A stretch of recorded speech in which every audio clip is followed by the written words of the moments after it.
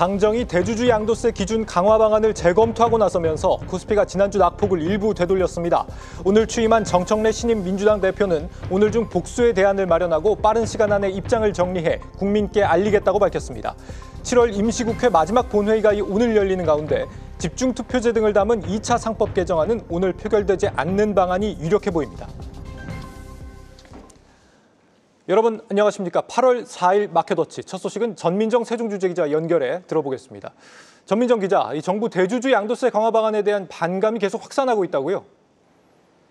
네, 그렇습니다. 지난달 31일 국회 국민동의 청원 홈페이지에 올라온 대주주 양도소득세 하향 반대에 관한 청원에는 벌써 12만 명 넘게 동의했는데요.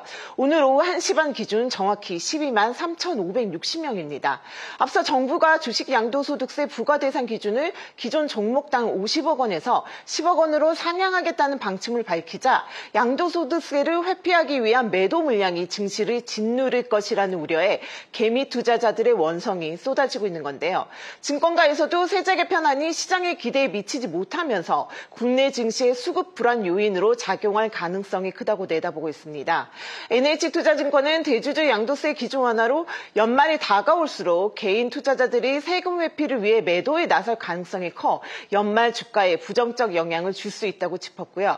유한타증권은 대주주 요건 10억 원의 증시 충격이 민생회복 소비 쿠폰 발행에 따른 경기 부양 효과를 다 날려버렸다는 분석을 내놓기도 했습니다. 네, 이 반발이 거세지자 정부 여당도 결국 재검토하겠다는 입장을 밝혔군요.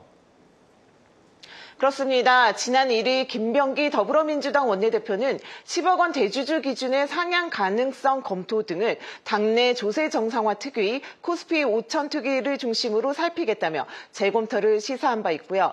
박상영 원내소통수석 부대표는 오늘 오전 라디오에 출연해 양도세 대주주 기준 강화는 세부적 설계에서 세심하지 못해 시장에 혼란을 줬다며 조세 정상화 특위를 중심으로 의견을 충분히 수렴해가는 과정이 필요하다고 강조했습니다. 하지만 진성준 전 정책위 의장을 비롯해 당내 강경파는 세입 기반을 원상 회복해야 한다고 반발하고 있는데요.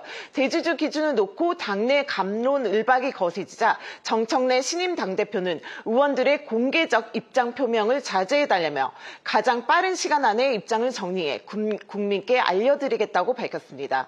그러면서 한정희 신임 정책위 의장에게 오늘 중으로 A안과 B안을 작성해서 최고위원회에 보고해달라고 주문했는데요. 주식 양도소득세 대주주 기준 강화를 재검토해 대안을 마련할 것임을 예고한 가운데 일각에선 대주주 기준이 30억 원 안팎으로 절충되지 않겠느냐는 전망도 나옵니다.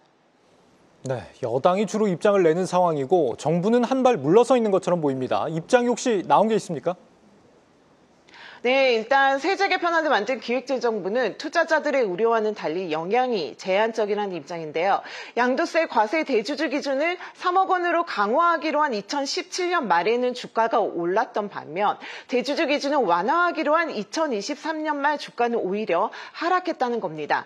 또 과거 사례를 비춰볼 때 실제 기준 강화에도 연말 매도 물량은 크지 않았고 대주주 기준을 회피하기 위해 연말에 주식을 매도했더라도 연초에 매수세로 이어질 가능성도 높다고 보고 있습니다.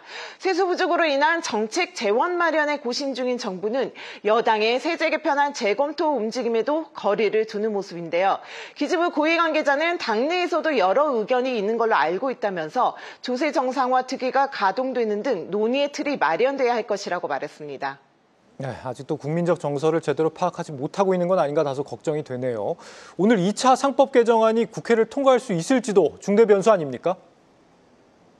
네, 더불어민주당은 윤석열 정부 당시 거부권 행사로 무산됐던 쟁점 법안들을 오늘 오후 본회의에서 처리할 방침입니다. 쟁점 법안으로는 노조의 교섭권을 강화하는 일명 노란봉투법과 2차 상법 개정안, 그리고 방송 3법 등이 거론되는데요. 당내에선 노란봉투법의 상징성과 시급성 때문에 노란봉투법을 가장 먼저 상정하자는 분위기입니다. 하지만 국민의힘은 오늘 본회의에 오를 법안부터 합법적 의사진행 방행, 즉 필리버스터로 막겠다는 방침인데요. 이에 따라 자산규모 2조 원 이상 기업에 대한 집중투표제와 감사위원 분리선출 확대가 담겨 더 센 개정안이란 평가를 받는 2차 상법 개정안은 8월 임시국회로 넘어갈 것으로 관측됩니다. 지금까지 세종 스튜디오에서 한국경제TV 전민정입니다.